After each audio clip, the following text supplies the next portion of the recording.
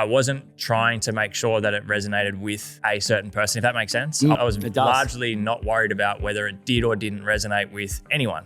What's something that you've changed or stopped doing in how you deliver your authentic messages compared to when you're like, fuck it, I'm going to be authentic, and you're sort of just rambling on a lot and people are sitting through a lot of periods of time where you're not really connecting the dots or adding much value, but there's value in there. What's changed there?